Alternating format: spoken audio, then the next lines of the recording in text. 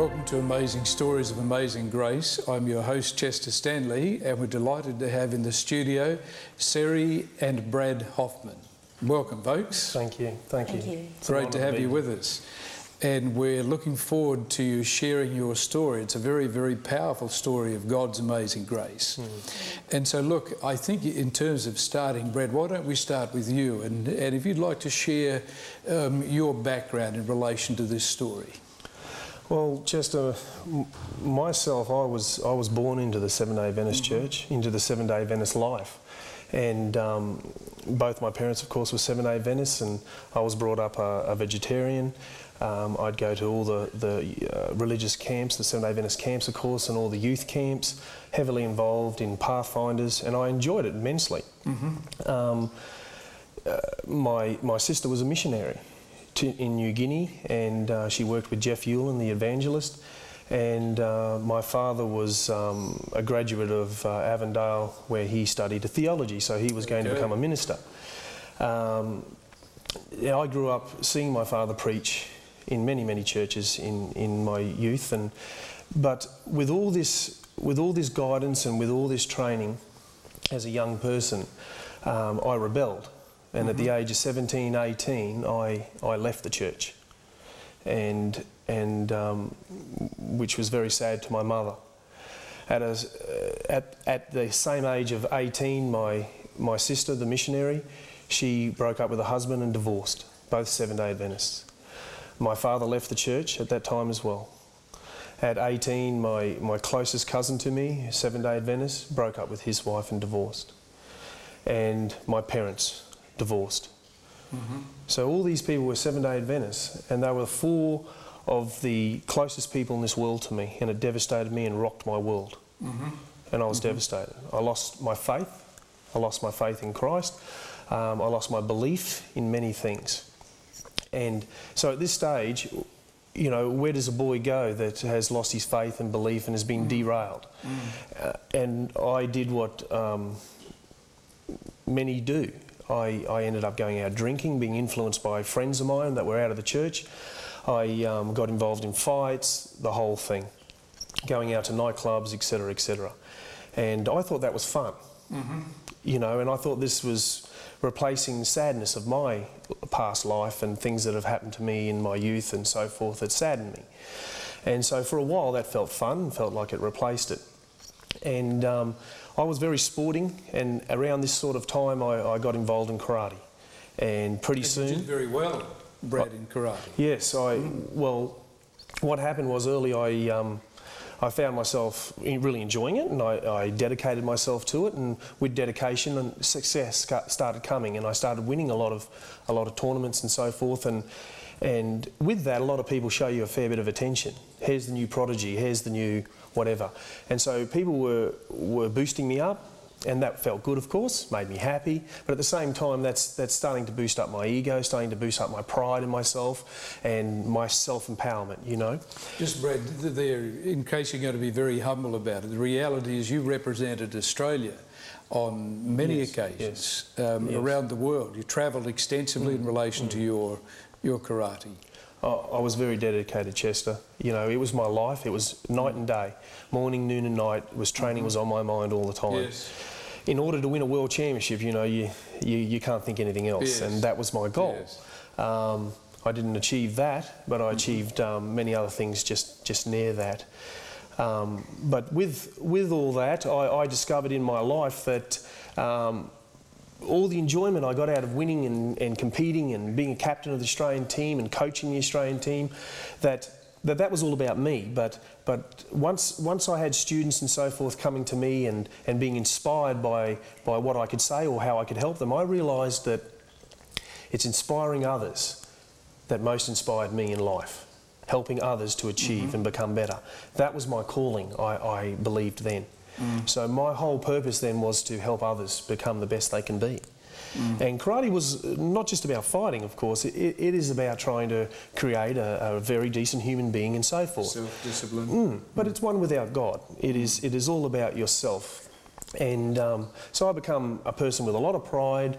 I thought I had the right sort of pride. I thought I had that in check. And so pride is what stopped me coming to Christ. I believed he was knocking at my door many times, and many times I was so close to opening that door, and there was something stopping me all the time, and it was this pride. And it wasn't until that pride was knocked down as low as I possibly could get. It was at this time I met my wife when I was at the peak of my karate career, and Seri was a soulmate. That's how I felt about her. I loved her so quickly. I fell in love with her. And what it was when I looked in her eyes, I could see our children before they were born. Okay. And that's what I felt was this lady is the right lady for me.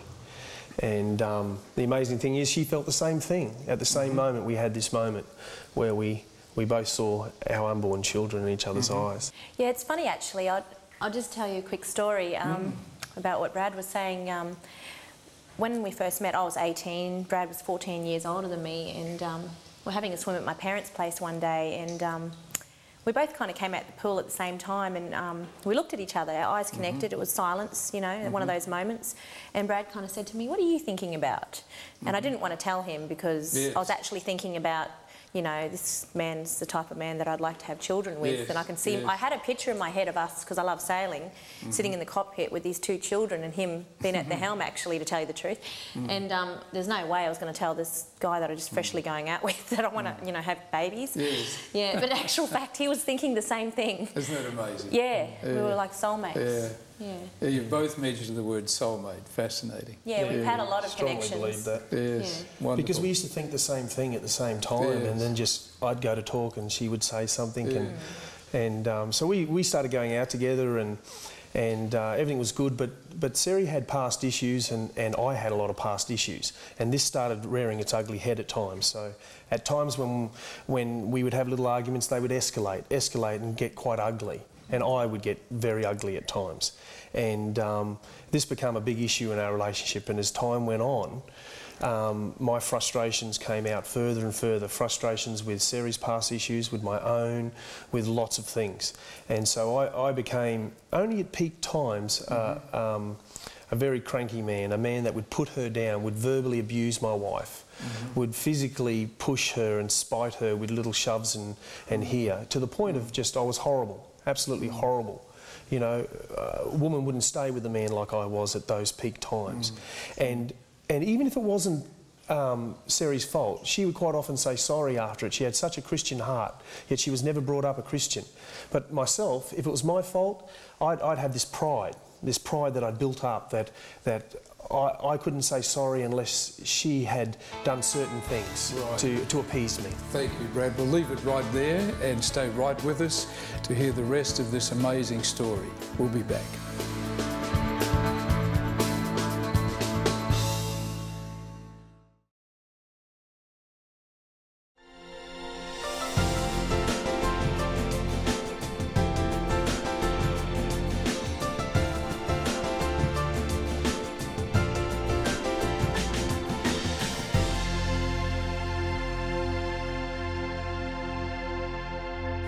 Welcome back to Amazing Stories of Amazing Grace, and with Seri and Brad Hoffmann.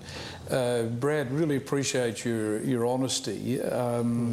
You got to be a man who was pretty hard to live with, I gather. I was extremely hard to live with at peak times. You know, we ended up, after 11 years of my abuse and my pride getting in the way of allowing my wife to love me, 4 children, my father living with me, who was you know, difficult to live with at times. It got to such a point where Seri left me. Okay. And left me for good. She had left me a couple other little times, but I said everything will be fine. I'll change. But this time it was different. She was leaving me. Determined. And it just rocked my world.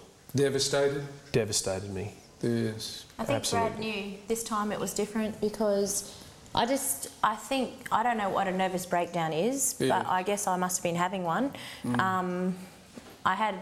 It was hard being pregnant with the 4th child, and Brad went away to Perth at the peak of my pregnancy to do karate, and I just resented karate. It just seemed to be coming up in my life all the time, and I felt that it took my husband away from me in some ways, And Brad kind of resented me because he felt that the children took him away from his karate.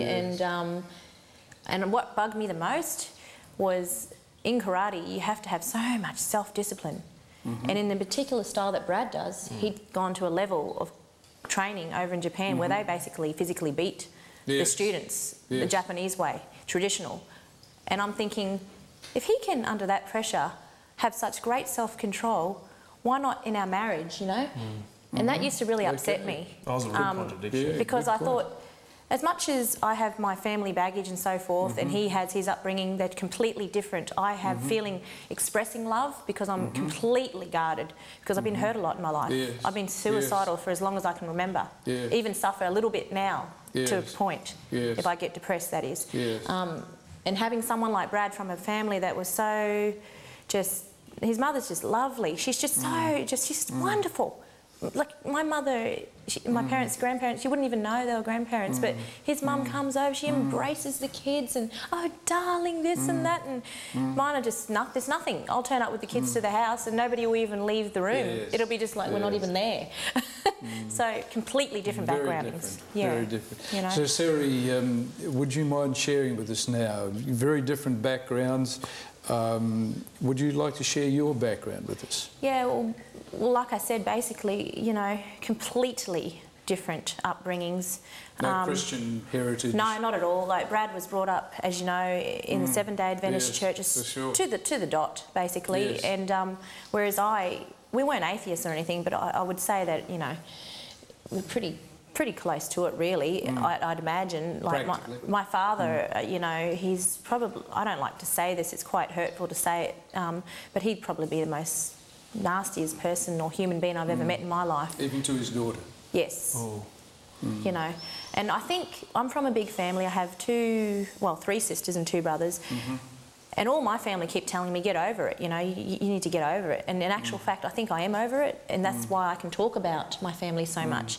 And I've always been very much a person that can't stand unfairness. So I do get in a little bit of an argument situation. I guess that's why we've argued so much, because I won't tolerate unfairness. And I've done the same with my own father, and you know, it's been a very, very hurtful thing. I think I needed that relationship with my father more than the others in some ways. Being female, of course, I think being female, you kind of want to have a man and daughter relationship. Yes, a loving, that's caring, right. Yes. So Seri, this was a background that led into, as a young person, teenager, a lifestyle that wasn't particularly productive. When I was a teenager, I had a terrible, turbulent teenage years. At the time, you know, you don't really know what's going on. I didn't know who I was or anything, what direction I was going to take. All I knew is that I loved sailing and I wanted to have my yacht one day. That was the basic goal that I was heading towards. And, you know, and my father never offered. He's a professional sailor. He never has offered to take me out on the boat, ever. You know, and he knew how passionate I was. The only one in the family who showed so much interest, asked so many questions. Is that right? Yeah. You just ignored them. Completely, just, you know, you're a girl, don't talk to me kind of thing. Not now, later. There was never any later. There was never any emotional availability there. You know, in teenage years, just completely... Alcohol. Yeah, just led into drinking, you know, drug taking, smoking. I've always been a health conscious person in the sense very active, and I went from being a very athletic person during high school to becoming, at 18, just before Brad met me, just put on weight, unmotivated, depressed, suicidal. I was at the lowest point in my life, I think, before I met Brad, and I had attempted suicide. And I was sitting in a pavement in front of my unit in Brisbane, and I was... Yes, I remember you telling me. And I was just looking up at the sky above. I'd never had any religious upbringing. Yes. Didn't even know what God I was praying to, really. Hadn't even been taught how to pray. But I was, you know, had blood dripping out of my arm, and I was looking up at the sky and saying, God, please... Seri tried to cut her wrist. Please, just give me one person to love me. One person. And then not long after, I'm talking literally days, Brad came into my life, and he was the first person that showed me love, you know. And I didn't believe it at first, and I kind of went, oh yeah, this is nice, but this will wear off, because most men had used me or treated me whatever way. I guess I let because I was afraid of rejection, I kind of didn't stay in relationships very long. I dumped them first before they could reject me because I was so scared of rejection. And this thing with Brad was, to me, it was just not too good to be true, really. And eventually we lived together because... I did have a good side. Yes, he has not even good, it's just unreal. Like Brad's just the most fantastic, mate in life, father, husband, But, so you had 4 children? That's right. So eventually, we knew we were getting married. We got married by a Seventh-day Adventist, actually, minister in Perth. We were in Western Australia at the time. And soon after we had several children until we ended up travelling over the continent to Brisbane again. And the domestic violence that in our relationship was just escalating. It'd go in a cycle. And my soul was just being tortured. I'd already had enough hurt from my own family. Okay, Seri, we'll just leave it there. This is a powerful story. Stay right with us and we'll be back.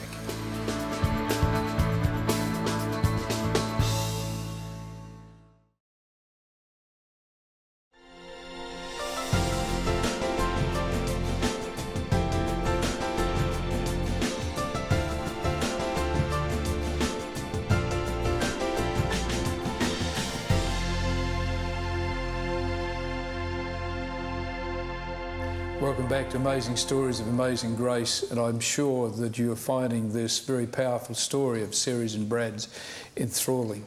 Seri, you just mentioned before the break that your heart was indeed breaking, it was crushed, and you made a decision. Yeah, well basically, like I said previously, my heart had already been crushed enough from my own upbringing, and I just couldn't handle any more hurt. On top of all just being a parent alone is hard these days. We had financial problems. We had, Brad's father living with us to the point where he had cancer and died, and that caused a lot of pressure on the family. And I was actually given an ultimatum, which is a big no-no, that my father is staying in this house, no matter what. And I thought, well, what, you don't care about your wife? What were those things that we spoke about when we got married, the vows, But we tried everything. We had self-help, we had counselling, we had all the things. And I just couldn't see any hope. I couldn't see how this person was going to even see how to behave properly for his family. So eventually, I got to a point where I broke, and I just said to Brad, look, I can't.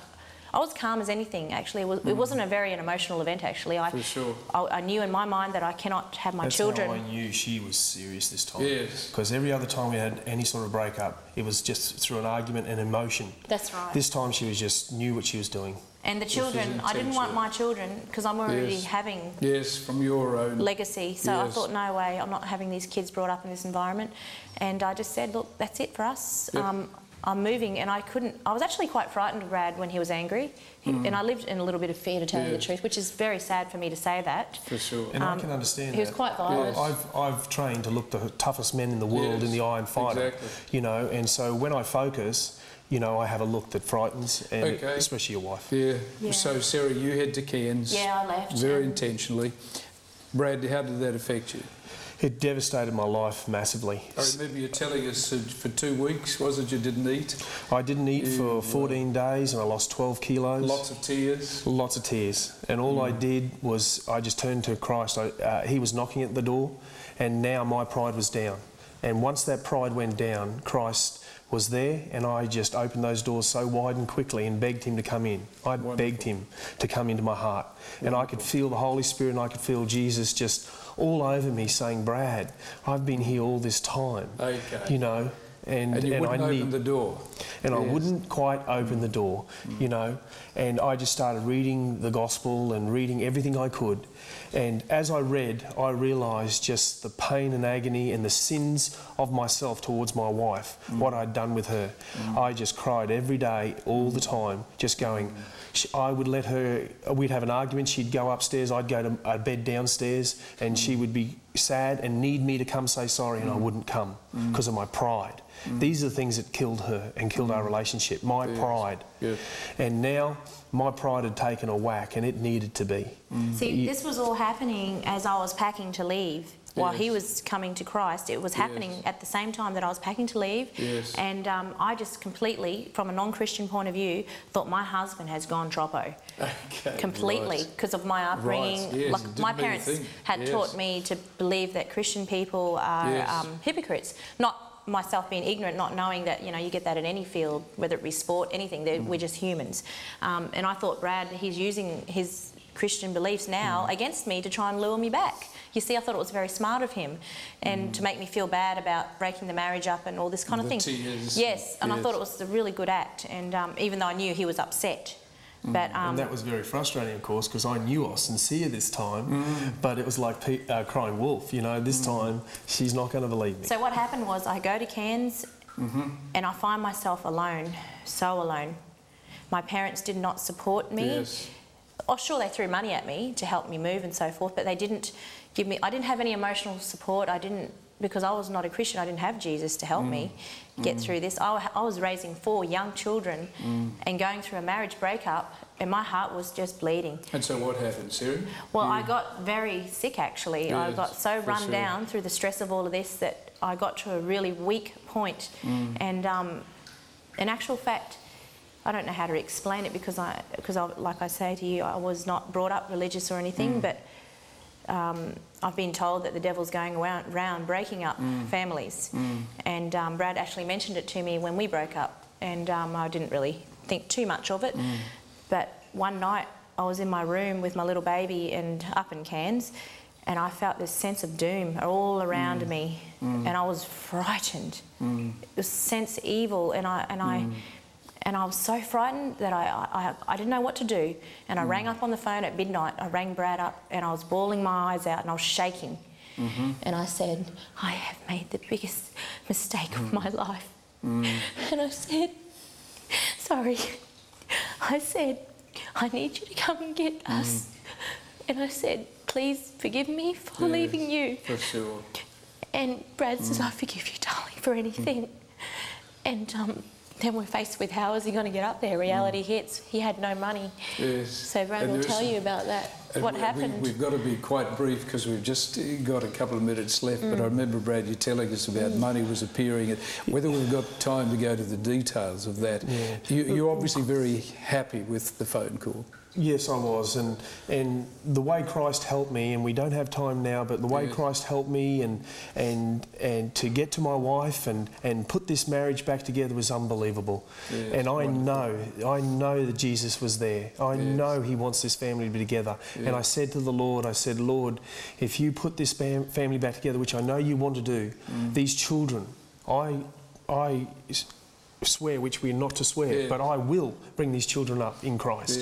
And I hope Seri will come to Christ, and I believe she will. Wonderful. Wonderful. And Brad, you eventually baptised? Yes, I was very soon after baptised. We got back together very soon after baptised, and Seri was just looking at the church, and I said, would you like to come see me be baptised? And as we got baptised, you know, it was wonderful for me. And Seri said to me on the way home, she just looked at me and said, Brad, I would love to be baptised. And the joy in my heart. That church I stood in, I looked at that when she was away from me and thought, I want my wife standing beside me in that church. One day, praise Lord. And then this day, while I was being baptised, there's my wife, just a few weeks later, for the grace of God, was standing beside me singing hymns. You know, and that was an answer to prayer. Wonderful. And I told the Lord, I'll never turn away from you again. Wonderful. Because you only want us to have happiness. And we tell our children this, we say to our kids, we say, the reason why your mummy and daddy are back together and are happy, we have true happiness now in our family, is because of Jesus Christ. Wonderful. And so, Seri, you've seen a difference in Brad with Jesus? At first I was nervous. I didn't think, you know, of course, because I have no... You know, but the change that I saw in my husband, the self-control, and there was just no anger. It was like someone got a water and just extinguished the fire. Power of the Spirit in his life. It's just unbelievable. The thing is, when I did make mistakes, get angry, you know, because I'm still walking with Christ, but I had the ability to say sorry. I had the ability to change and go to her. The forgiveness. You know, swallow that pride. The pride is gone. Completely humble. Yes. and forgiving. No.